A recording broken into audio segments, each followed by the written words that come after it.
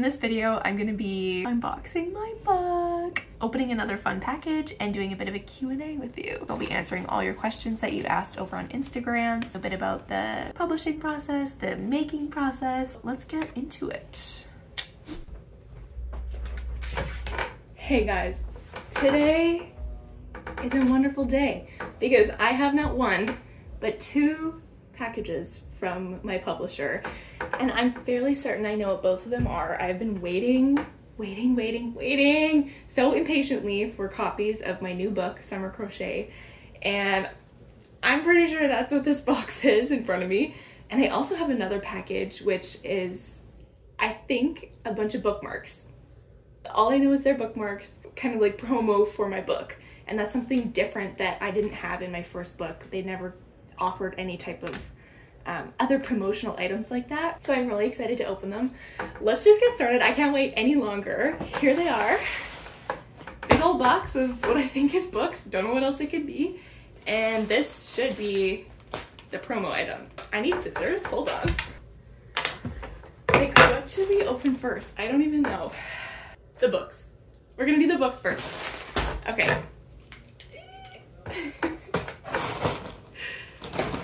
I actually got this package yesterday and I didn't have any time to like film a little unboxing, which I really regret not doing with my first book. I didn't film it, I just opened it and I was like, okay, cool, and you never saw it. And now I don't have that memory of it either. So I'm really glad taking the time. I had to wait a whole day. It was worth it, hopefully. I haven't seen them yet. I'm pretty sure it'll be worth it.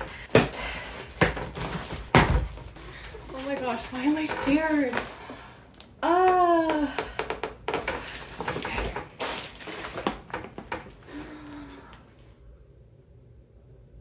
Wow. Wow. This is such a cute little book. Like, I think the shape is different from my first one. It's more, like my other one was more square, and this one seems more long, more rectangular, which I really like actually. Oh my god, you guys, just wait till you read the dedication.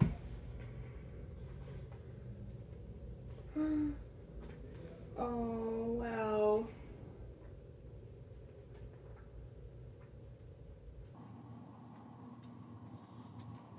Holy man, this is crazy. Wow. That's like all I have to say. Oh my gosh. On the back, I have, like, they ask you to get endorsements from other people, kind of leaders in your industry, I guess. And this time I got Alexandra Chappell of Two of Wands and Dominique Calvillo of Namaste and Crochet and Joan Ho. I actually blurbed the back of her book, which is cool. And she comes out with a summer book pretty much the exact same time as this one, but it's knits. I think it's called Summer Knits. I could be wrong, but it's something like that. Wow. Okay, I just, holy moly. Here it is. Here she is in all her glory. That's me on the cover. I had no clue this would be the cover photo. So there's 19 patterns in the book, and I sent them maybe like 5 to 8 photos of each item that were my finalized photos. They were like even further edited than the rest of them. They're just to be like book perfect. And then there were some extras that like didn't really fit in, or I thought they were really great photos, but I don't know, maybe I had more than I needed for that item. So I had some that I just labeled as extras for them to place kind of wherever they wanted, like chapter images, or I don't know, anywhere in the front matter of the book. And that's what this image was on the front. I think it's so funny they chose this picture because this was one that I wasn't even going to submit, because it originally had like, I had a huge, what looked like a big sideburn here from just at the time of photographing this book. I was about 1 year postpartum and my hair regrowth was ridiculous. I had just all of these little pieces that were too short to fit up at all. It was really windy during this shoot, and so it kind of just was right here in the photo. And I said to my photographer, I was like, I really like this photo. Do you think you could somehow Photoshop that piece of hair that looks like sideburns out of my face. And it looks great, and that's what ended up making the cover. They ask me my opinion. They'll kind of send me a cover mock-up, be like, what do you think? Do you want a different photo? Do you want different fonts? Do you want different colors? And I think we might have made a few changes to the colors of the type and maybe the fonts, I can't remember, but the photo I actually loved immediately, and I was like, I think it's perfect. Like, let's just leave it where it is. I don't know if we're gonna get better than that one. Looks great. And I think it just really perfectly embodies what is inside of this book. You know, from looking at the cover, it's so obvious that this is a summer book, aside from the title, which you would know already. But if you're kind of just like browsing through, you're not really paying attention to what the books are titled, and you see this, I'm walking down a beach in a beach dress and a beach hat holding sandals. I mean, what's more summery than that? So I think it's the perfect image for the cover. I love it. I love the spines too. Ah, it's so weird seeing my name. So before I open the next package, I actually just want to go grab one of my other books and see the difference, because I can tell already this is a different size. Let me go grab another book. I'll be right back. Okay. Yep, they're definitely different. So here's my first book. Here's the new book. I'll line them up. They're the same height, but this one is much more narrow. Actually, I don't know if I prefer one or the other, but it's kind of fun that it's different. I like that. It's unique. It's not just like a copy paste of this book. I think it's really cool that, okay, the chapters are, I really wanted 4 different settings. So I had all the items already chosen. All of the, like, I chose all 19 things. I knew what they were going to be. I knew how many beach dresses I would have, how many cover-ups, how many bralettes, how many beach skirts, whatever. But I was trying to fit them into chapters that would make sense. And I really wanted not all of them to be on the beach, not all of them to be around a pool. I really wanted a variety of summer settings, I guess.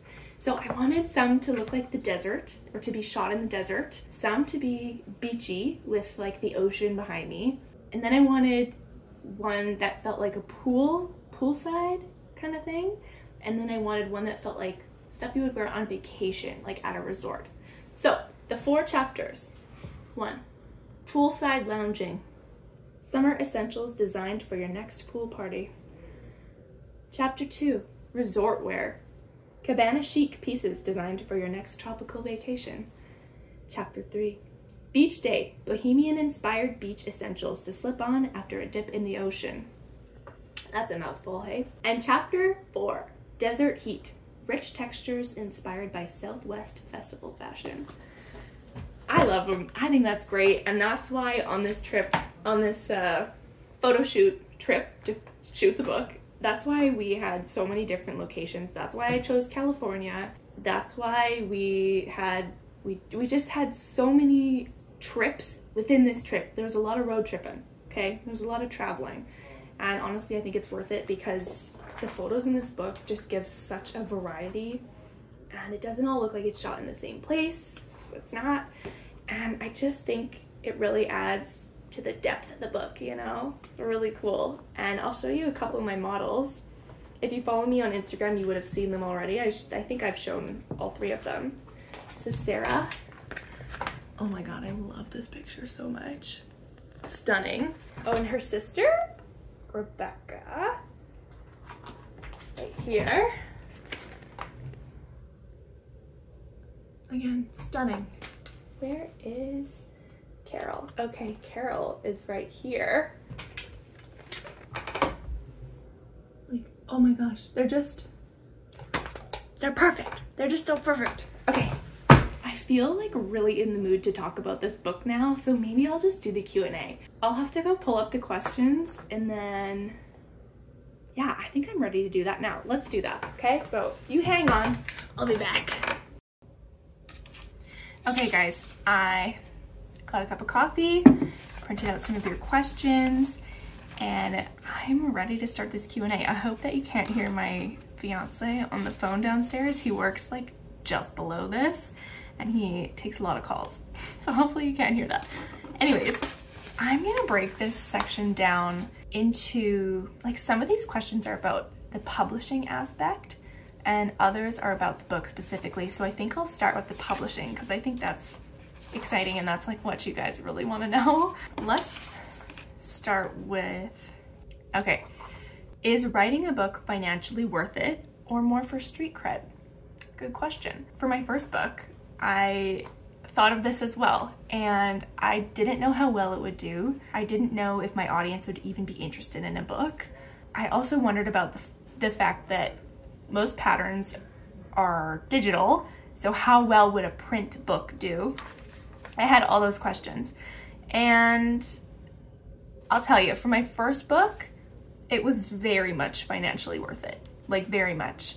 It came out in 2022. And let's not forget, you don't just make your advance, you make royalties. Assuming your book sells more in profits than your advance was. Do you know what I mean?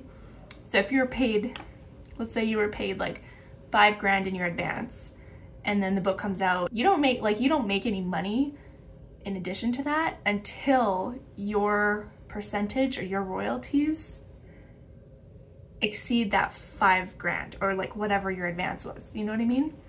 So I was thinking, like, at least I got the advance. I'll have the book. So I was kind of thinking street cred. You know, it looks good as a designer, kind of solidifies you as, you know what you're doing. You got a book. But I also had them write into the contract that I wanted to be able to sell all of the patterns from the book, both books. I did this for both books individually. So I was thinking this as well. I was like, is it just for street cred? Am I gonna make no money off of it? I didn't know. And so I was like, let's just have them add this into the contract. And they were totally fine with it. No questions asked. They were like, sure, yep. So we changed the contract a little bit. If the book, if it tanks, if nobody wants it, if nobody buys it, at least I'll have these 20 patterns that I can still sell on my own platforms as kind of like insurance. You know what I mean? And so that was kind of my way around thinking about the possibility of making no money and working really, really hard on a large scale project that would take up a lot of your time. I think it also depends on your audience size. I have a good size audience. It's not huge. It's not hundreds and hundreds of thousands of people like, the audience that people have, but I think it's still great.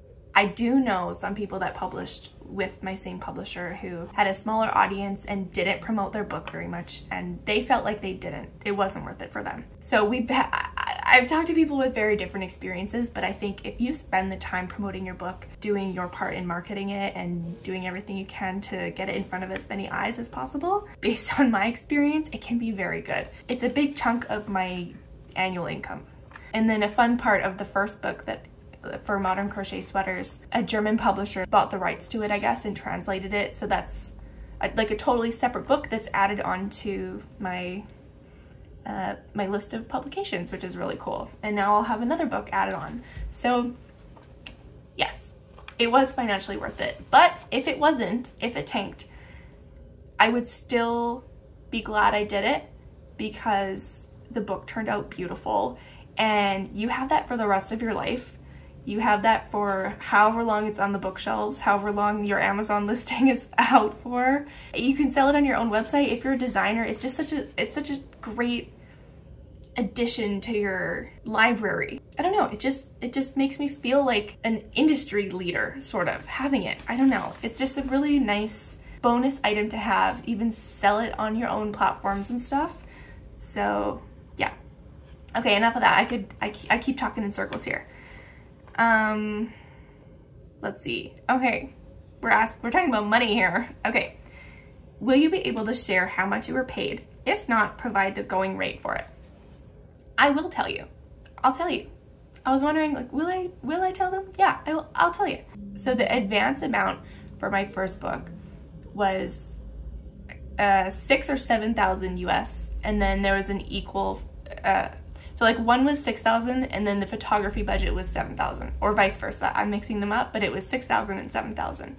And then you also get a materials budget And then any other expenses like tech editing and stuff, this time around I don't think they'll cover it all, because I had an insane amount of tech editing. We'll see. I'm gonna send it all to them and see what they'll cover, but they did cover, I think, all of the tech editing for my first book as well. So it ends up being like, you know, I'm not making Stephen King kind of money, I'll tell you that right now, but we far exceeded the advance. So like, that's the advance. I don't know. That's like their going rate for first-time authors, they say, was $6,000. Once you write one book, and if it does well and they want you to write another one, there's some wiggle room in terms of your advance. This time around, I believe it was the same.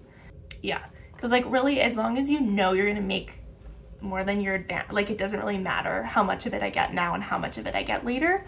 It ends up being the same. It's kind of more like, how much do you need right now up front? Are you desperate for, you know, an income if you have to stop working to write the book, and blah blah blah. So anyway, it was 6,000 or 7,000, I can't remember which one of those.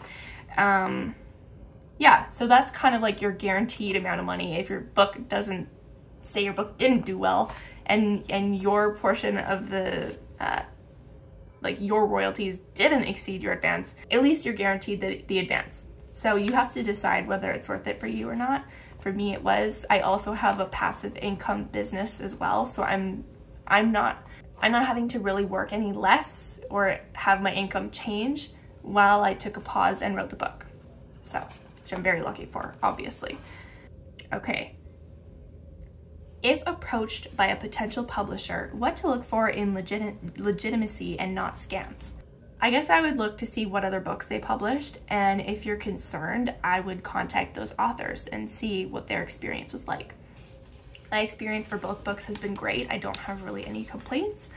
And yeah, so that's what I would do. For my first book, I was approached by a publisher. They sent me an email. They sent me several emails actually, because I didn't respond. It was during COVID when my partner had just lost his job and we were moving across the country, moving back home. Like, what are we gonna do? We had to live in his parents' basement for a few months. We were in a really weird spot. And so I wasn't really checking my emails very much. And then I got this follow-up. It was like a follow-up to a follow-up to a follow-up. And I was like, what is this? So I checked it out, and it was from Page Street Publishing, who are now my publishers. And it was offering a book. And I was like, is this real? Because sometimes just having, I don't know, through your Instagram or through your email or through the contact form on your website, it's like all of these little scams can get through, and you get all these emails that are just ridiculous, right? And it's just spam, spam, spam, junk, junk, junk. And so what I did was Google Page Street Publishing, and I was like, oh, it's a real publisher. And they even published books by some people I know in the knitwear industry. And so I just responded like, sure, I'd be open to a call. We had a call, and it was great. It was real people on the line. It was a real publishing agency.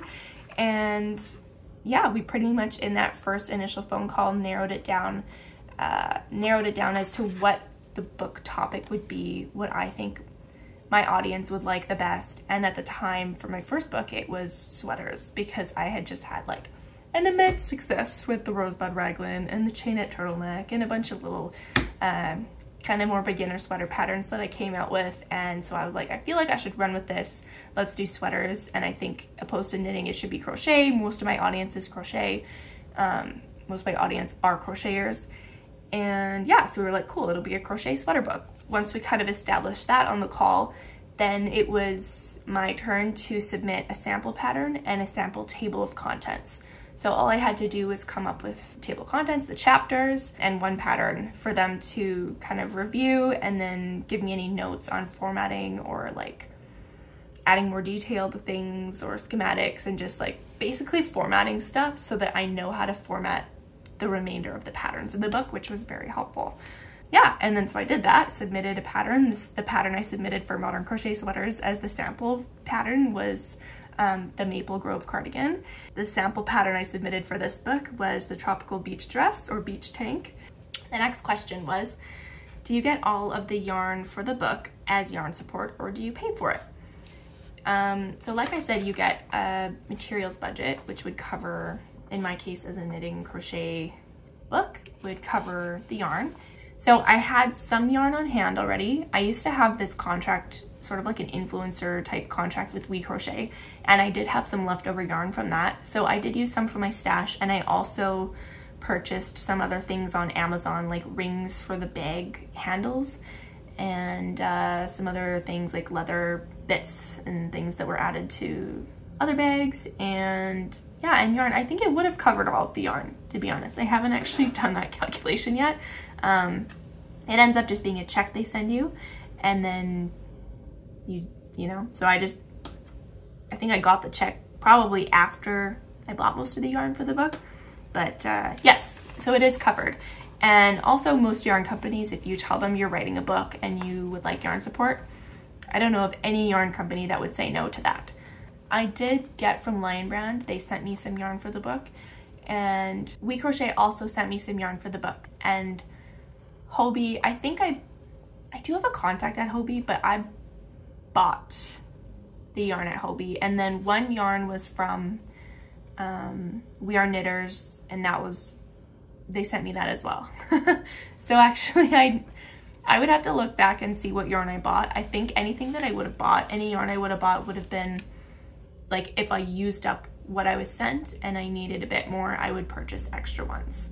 Yeah, so yes, your materials budget should cover all of that. Did the publisher approach you, or did you look for them? More details on how it works. You can look for a publisher. I know that on my publisher's website, it kind of looks like they haven't updated it in a little while, but there is a button for you to like submit an idea or something like that. I saw the other day they still have it up, but they reached out to me, and then after I wrote Modern Crochet Sweaters, they asked me if I had any ideas of other people in the industry who would write a great knitting book or crochet book. And I gave them Joan Ho's name because I'm obsessed with her, and she does, like, if you're a knitter, you need to follow her patterns, you need to follow her and make everything that she's designed because she's incredible. So, and I gave a few other names as well, but her specifically I gave. And I think they reached out to her. I think that's how they found her as well, or like how she got on their radar, I guess. But yeah, so that can happen too from word of mouth. Yeah, a lot of it is social media presence. Honestly, that's kind of how you get, I don't want to say discovered. What's another word for that? You know what I mean. Kind of how you get found, I guess, is social media. They found me on Instagram, and then I guess looked at my website and pattern catalog and stuff, and then they reached out to me via email, and then I proceeded to ignore 3 of their emails and then answered the next one. More details on how it works. Yeah, that's really all I know because that's how it worked for me.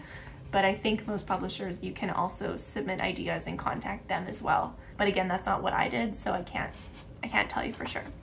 Okay, I think that's it for the publisher questions. This one's kind of a good segue. How much time did you have to design? Were all patterns created after the book deal? Yes, they were. They were all created after. Yes, definitely. How much time did you have to design? So initially they give you 6 months. That's what I had for my first book. But this one, you know what? I had a toddler. Well, at the time he wasn't even a toddler. He was a baby. He was 2 months old when I agreed. So I'll just back up for a second. What happened was that after my first book came out in 2022, they asked me later in the summer if I'd be willing to write another book. And I said yes. And they drew up a contract. It was a whole thing. I was like 99% committed. And then I got pregnant. And I had a wicked headache for like 3 months. And I was like, you know what? This book is going to be due like kind of mid-pregnancy. I'm not going to be able to wear any of the things. It's going to be hard to kind of like design garments when I can't really use my body as like a guide. And also I had other commitments as well at the same time. Like I still have contracts with Lion Brand, and at the time I had contract with We Crochet, and I was like, I don't know how I'm gonna add this all in when I already like feel like I can barely open my eyes. So I was like, could we just like circle back in a year once I've given birth and I can see what my workload's gonna be like and how easy it'll be for me to manage another project like this? And they said sure, luckily.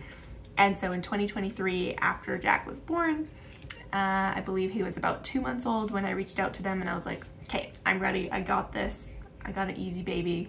And I was ready to commit, which kind of seems insane because most people wouldn't want to take on a massive project right after having a baby. But my thinking was, as he grows up, it's only going to get more and more challenging to take on these these types of projects. As our family grows, it's going to get more challenging to take on these types of projects. So if I'm going to write this book, and I knew I had to write this book, it was all in my head. This was going to happen. Like it was going to happen no matter what. Him as a 2-month-old committing to this book is about as easy as it's going to get, really. And he was an easy baby. So, but silly me, I committed to it in the end of June or July of 2023. And I told them I needed a year at least. Just with a baby, it's a lot, right? So I needed a full year. I didn't start on it until January, which was a huge mistake. So I started in January and I was like, oh my gosh, we are like 6 months away from this book being due and I haven't even started on anything.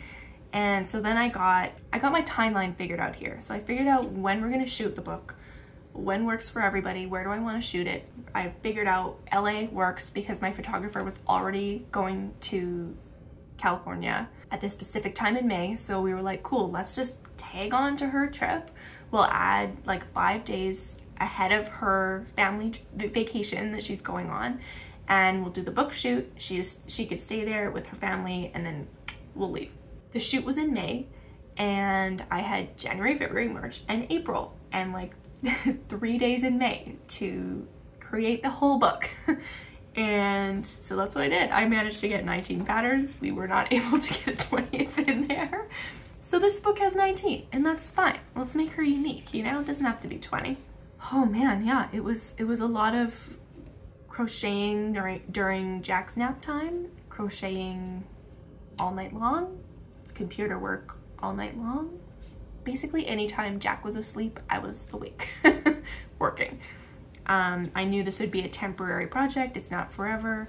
So any lack of sleep is like, you know, it's fine. Luckily, he's a wonderful sleeper. So I'm not already tired from him. And if I needed to work after, you know, around dinner time, Matt would watch Jack and I would go to the office and work or whatever. And we figured it out. So yeah, it was just a lot of crocheting and computer work during his 3-4 hour stretch naps, which is wonderful. And he went to bed at like 7:30ish, 7 o'clock around then. And yeah, I'd work for maybe 4 or 5 hours and then get up and we do it all over again. And somehow I did it. I don't know how. I should have started earlier because it only gets more and more difficult as your baby transitions to a toddler. So instead, I waited until he was like crawling around and walking, where I should have done it when he was just a baby little potato that can't move when you put them down. Anyway, so that was the timeline. How much time did you have to design? I had a year. I did it in 4 months because I'm psychotic. Did you make, grade, or make, then grade? I think I made a few, graded all of them to try to get our tester situation started, because last time I did all the testing after I submitted my manuscript, and then after I got all my testing notes back, there were like a ton of things I wanted to fix to the book. It was like, that was the wrong thing to do.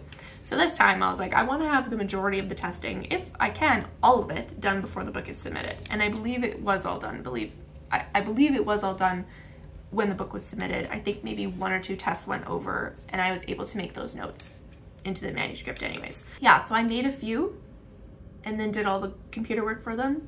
Tech editing, I got 3 minimum tech editors for every pattern. Once I got all that back and I sent it to my chart designer and she sent the pattern chart back and all the tech editors saw it and blah, blah, blah.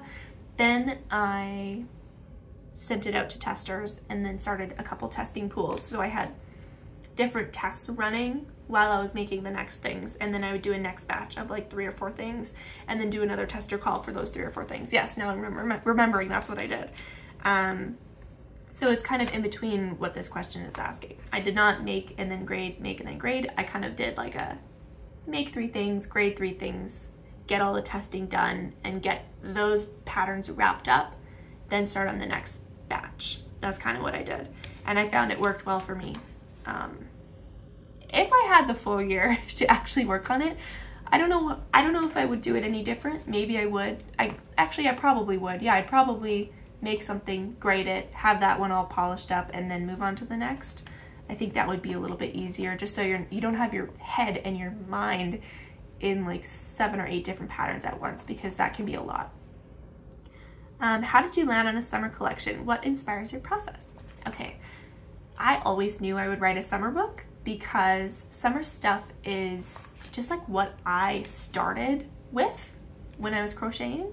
Before I even sold patterns, I would sell at markets and craft shows and stuff, and before it was hats and scarves, it was actually bralettes and bikinis and tank tops and beach cover-ups and all that kind of lacy stuff. That was what I really loved. That's what I felt like I really excelled at and really loved making. So I knew I wanted to do that, and I knew that this book that I had in my mind for a really long time would be even better, it being my second book, because now I had all this knowledge from the first. It was a lot more streamlined this time around because I wasn't making the same mistakes that I was in the first one in terms of time management, in terms of formatting patterns, and yeah. Anyway, so I think summer stuff is just, that's my sweet spot, and that's what I love making the most. So yeah, I knew if I was thinking what would a second book even be about, did a sweater book. Would it be a baby book? I don't think so. I don't know, maybe one day I will, but I would need way more of a baby pattern catalog already. I haven't made that much baby stuff, so that's not something I would be confident in creating a book about. And I was like, what else is there? Accessories? Accessories don't excite me as much as garments. Yeah, and I thought summer crochet would just be such a great theme that people from all over the world, no matter what the climate is where you live, I think this would be more functional for a lot. I think it would have a wider reach is what I'm trying to say. Like with my sweater book, a lot of people were like, oh, I love your designs, but you know, I live in Florida and it's a million degrees all the time. I don't really need sweaters. I'm like, okay, well, you could use summer stuff. And even up here, I'm looking out a window right now and it's so snowy. We have really hot summers here. So a lot of places have nice warm weather, and I think this book would just, you know, summer crochet would appeal to a wider audience, I think. What is your favorite design in the book? Okay, I'm gonna have to take a sec on this and look. There are a few that I'm extremely proud of. One is this, the cover dress, because it's so much easier than it looks, and it just really looked incredible on everybody, all the testers. Okay, there's one pattern in the book that is considered advanced, and it's this skirt. I'll put a picture here. That's probably the coolest thing I've made, I think. It just looks so intricate and so like, wow. I've always wanted to make like a long maxi skirt, beach skirt. I've never made anything like that before. And I had this cool pineapple stitch that increased towards the bottom. And I'm just very proud of how that came out. And the other one is this one here. This Pacific swim dress.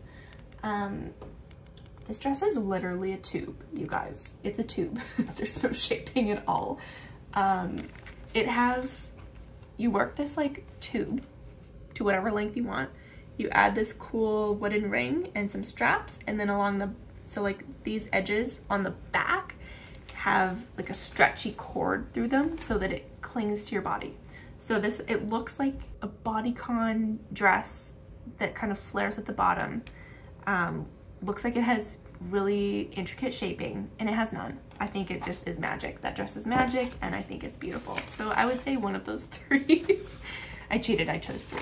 What inspired you to create a book for summer designs? So I kind of said that one already. Summer stuff is just where I started. It's what I find the most enjoyment making, and I think I'm good at it. Like, especially after making this book, like, what was I doing? I should have been doing so much more of these types of patterns. Like, I feel like I really excelled at these, and especially when you get good photography, just, oh, they're so good. And a lot of these look like intricate lace, but they are such easy stitch patterns, you guys. They're so easy. Like, this one looks like whoa, that's like a maxi dress. It looks, I don't know, advanced. It's not. It's really not. It's not at all. It's honestly, I feel like it's easier almost than solid stitches, because solid stitches, you have so many to work. And this, the shaping is really clear. There's stitch charts, and it really only uses double crochet and chains anyways. It's kind of deceiving. They look more complicated than they are. And I think that's part of the allure for me of summer stuff. It just looks intricate and fancy and delicate and sophisticated, and I feel like I see less of this stuff than like sweaters and blankets and stuff, you know? You don't see crochet dresses that often. Yeah, so I think it feels really special to do a whole book on summer stuff like that. Okay, and I realized I didn't open my other package yet. So let's do that.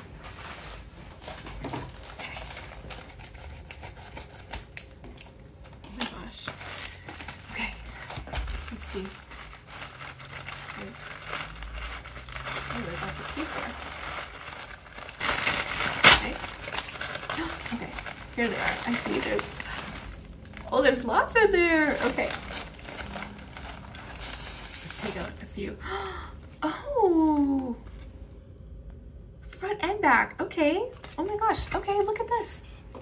Summer crochet with a QR code, and it says Summer Crochet, 19 delicate designs with simple lace and timeless silhouettes by Janine Miska, and it has my Instagram handle. And on the back, oh my gosh, I love the back. I love this photo. Oh my god.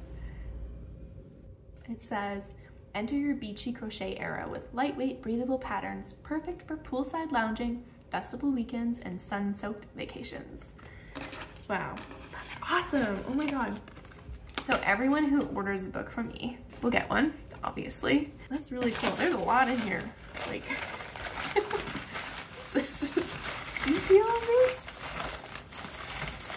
I need to show you.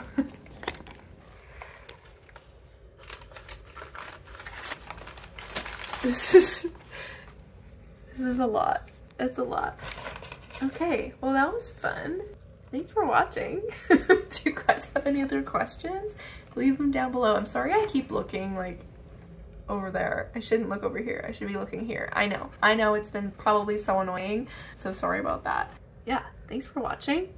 I hope you found this interesting, and if you want my book, please look at the links down below. I have written everything out for you so you can get it wherever you like, and let me know what your favorite piece was. Let me know what you think, and I can't wait to see what you make. Bye.